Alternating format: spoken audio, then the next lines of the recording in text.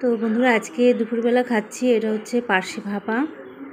এই যে পার্শেটাকে ছোট ছোট টুকরো করে পেঁয়াজ দিয়ে ভাপা করা হয়েছে, পেঁয়াজ আলু দিয়ে ভাপা করা হয়েছে।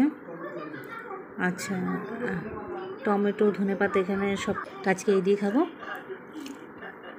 একটা পেঁয়াজ আর একটা লেবু নিয়ে নিয়েছি।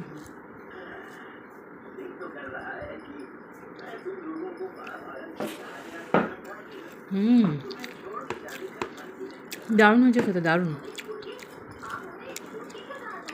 খুব ভালো হয়েছে খেতে।